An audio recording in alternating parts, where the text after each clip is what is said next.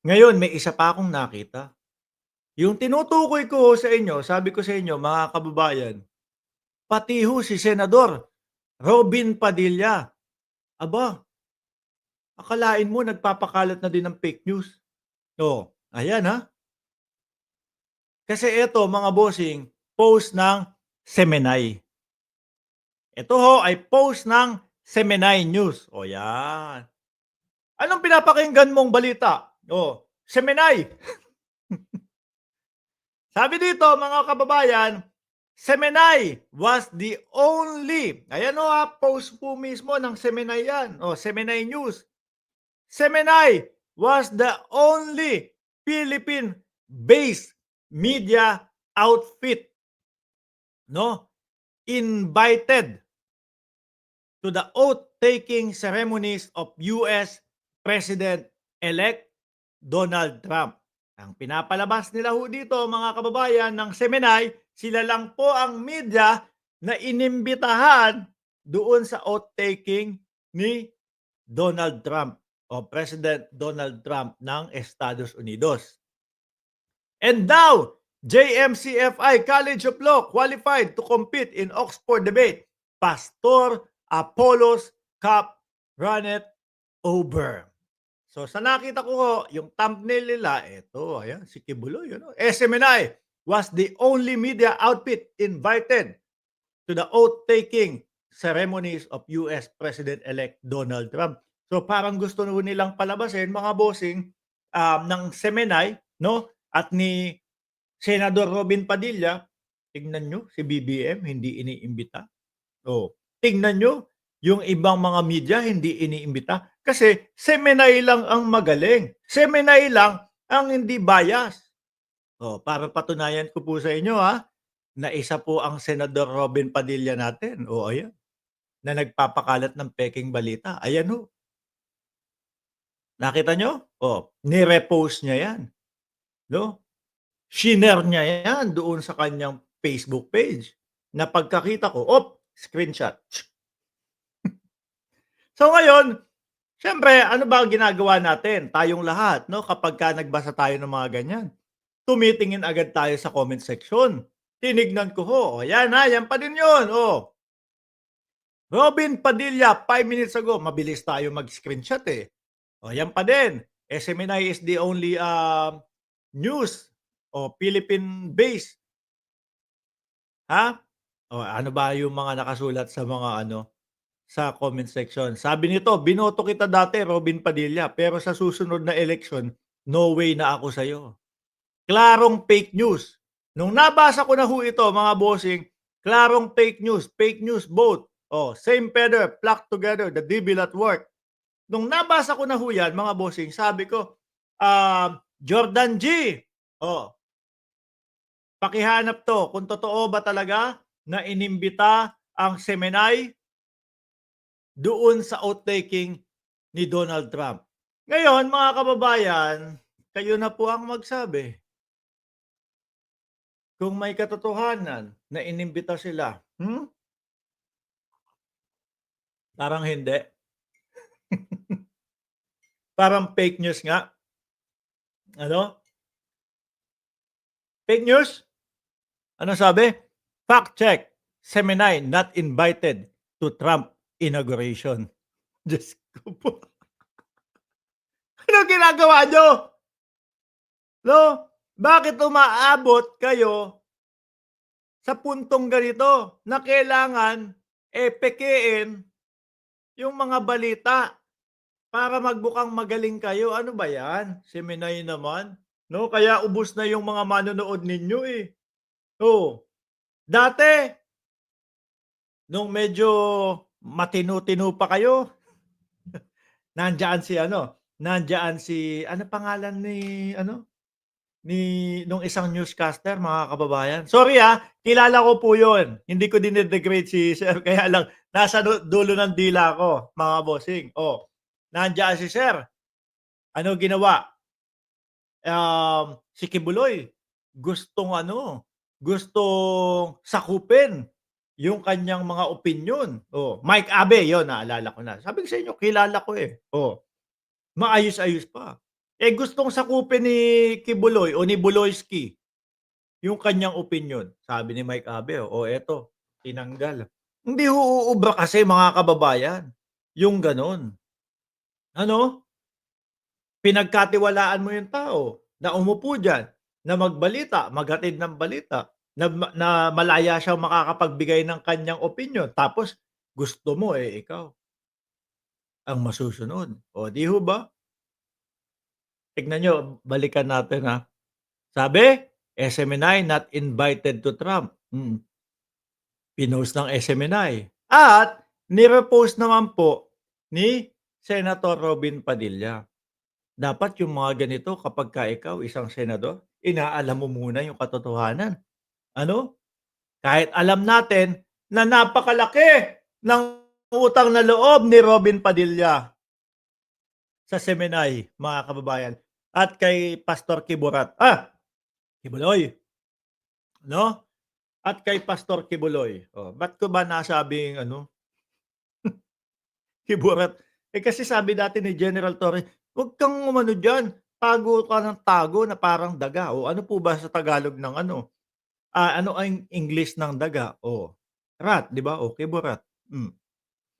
Ay naku, kapagka dapat ho ganyan kataas ang iyong posisyon, isang senador, inaalam mo, hindi porket kakampi ko 'to, share ko nga 'to, kahit hindi ko alam. Hindi niyo alam, 'no? Naghahatid na kayo ng, maling impormasyon sa mamamayang Pilipino. Yang pagpapakalat po ng mga fake news na ganyan, gawain po ba dapat ng mga senador 'yan? Hmm, okey na sana yung pamukbang-mukbang na lang, eh. Kaso hahaluan pa ng fake news. Hmm. Alam natin malaki ang utang na loob ni Boss Robin, 'no, kay Kibuloy dahil nga nung panahon ng kampanya, napapahiram ng helicopter, napapahiram din ng airtime ng Semenay. Ewan ko lang ho ngayon mga kababayan, kung meron pang gustong kahit papaano makalabas o makahiram o makahingi ng airtime sa SMNI. Bakit 'to? Wala, eh. Delikado na ho. Kapagka yung ikaw, nabansagan ka, "O etong senador na 'to kampi ng SMNI 'yan, kampi ng mga Duterte 'yan, maka-Duterte yang mga 'yan." Naku po, panigurado yung kandidatura mo, swak po sa banga, mga bossing. Kaya nga 'di ba ano sabi ni VP Sara, "Ay ewan ko dun sa mga taga Davao, ayaw na nga po nila akong ano, ayaw ayaw na nga po nila akong ano tawag dun? Pag-endorsohin et cetera, et cetera." Ano sabi? Sabi ni Billy Almighty, "Hindi fake news 'yan, may documents silang pinakita." Eh, baka sila lang. Eh, may documents, may imbitasyon, ba't hindi pinuntahan? Baka kani-kanila lang dokumenta 'yon. Baka, "Oh, gawa ka ng dokumento, sabihin mo iniimbita ka." Kagaya nung ginawa kay Duterte, 'di ba? Imbitado si dating Pangulong Duterte. Nung nakita natin, uy naku kasama na si Duterte doon sa ano, katabi ni Kibuloy, katabi ni ayan malapit na din magkatabi ang dalawa na 'yan kung sakali, 'no? Si Buloyski doon sa Oblo, hindi. Kasi ang punta ni Duterte, ng dating pangulo, sa Dahig, oh. Si Buloyski naman, FBI naman ang nagpapahanap dun, eh, Estados Unidos naman, magkahiwalay yung mag-best friend. Kung merong mga papeles, napakalaking ano niyan, napakalaking scoop niyan o news.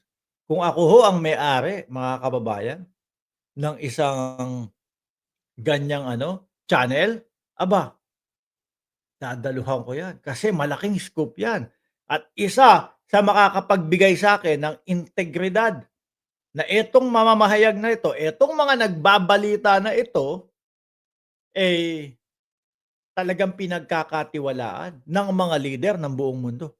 Bakit hindi pumunta? Bakit hindi pinakita? Ipinakita nila yung ano, "Uy, meron kaming imbitasyon, pupunta kami diyan." Eto, baka pagdating dun sa gate wala na. 'no? Baka pagdating dun sa gate, wala na. "Boss, peke din 'tong imbitasyon niyo, eh. Kayo lang ba gumagawa nito?" Sabi, sagutin pa natin si Billy Almighty. "Kaya walang gustong pumirma sa impeachment ni Sara kasi takot ang mga congressman na balikan sila." Hmm, sobra na nga ang bira ng mga congressman, eh, kay Sara, eh. Anyway, base diyaan sa sinasabi mo, ano, talagang rumeresback ang bisepresidente, 'no? Talagang kapagka hindi tugma sa kanila yung ipinaglalaban at kumakalaban sa kanila, mukhang masama ang kahihinatnan talaga. Tama ba yung pagkakaintindi namin, Billy Almighty? Kaya walang gustong pumirma sa impeachment ni Sara kasi takot ang mga congressman na balikan sila. Hindi pinipirmahan muna or et cetera, wala pa, 'di ba? Ang nakikita natin diyan, kapag umusad na 'yan, super majority, lalagpas pa doon sa kinakailangang bilang ang pipirma diyan. Pero nag-umpisa na ba? Wala pa. Ang nakikita kong umpisa niyan, pagkatapos ng 2025 election, 'no? Doon sa mga sinasabi nila na ipinapakita sa inyo, "Ipu-push na namin. Bakit ganito? Hindi pa nag-uumpisa ang ano, ang impeachment process." Yung mga yon, niwala kayo dun. Alam na nila, alam niyang mga yan, mga kababayan, na mas maiging umpisahan yan pagkatapos ng eleksyon. Bakit? Mas smooth, 'no? Mas smooth kasi pagka panalo nung mga congressman ulit, which is nakikita naman ho natin mga kababayan, nasusuportahan po din ng mga kalugar nila yang mga yan dahil nakikita yung effort nila na isiwalat yung mga katotohanan. Pagkatapos ng eleksyon na yan, bira yan, 'no? O sige, umpisa na. Congress, hu, lusot. Senado, dahil wala na si Bato, wala na si Tolentino, wala na yung ibang mga DDS, hmm, lusot agad din sa Senado, 'yan. Dapat kasi binabasa niyo yung galawan, eh, hindi yung basta, takot sila, 'no, ayaw nilang pumirma. Hindi niyo nare-realize na hangga't 'yan, nauudlot at lumalapit na matapos yung eleksyon ng 2025, mas delikado yung mga idol ninyo. Dapat nga kayo, i-push niyo na 'yan, ngayon na. Dapat gano'n yung inaano niyo, isinisigaw ninyo. Bakit? Kasi 'pag ngayon pinush, meron pa kayong mga Bato de la Rosa, meron pa kayong mga Bongo, meron pa kayong mga Tolentino na ano, susuporta na 'wag ma-impeach ang bisepresidente. Hindi niyo nababasa 'yun, 'di ba? Kailangan marunong kayong bumasa. Kapag pinush yan ngayon, harang yan sa Senado. At akala niyo ba, gano'n kabilis ulit na mag-organisa ng impeachment na ganyan? Pagka yung mga dahilan nila do'n, tablado na? Wala, bibilang na ulit ng taon yan. The more na lumalayo the more na lumalapit doon sa katapusan ng eleksyon, mas delikado yung mga idol ninyo, 'di ba? Anyway, Senator Robin Padilla, 'wag naman hong ganyan sana, 'no? 'Wag po tayong magpakalat nung mga ganitong impormasyon, 'no, na wala naman palang katotohanan. Kayo po ay senador, tapos ganyan yung makikita namin sa inyong ano, sa inyong Facebook page.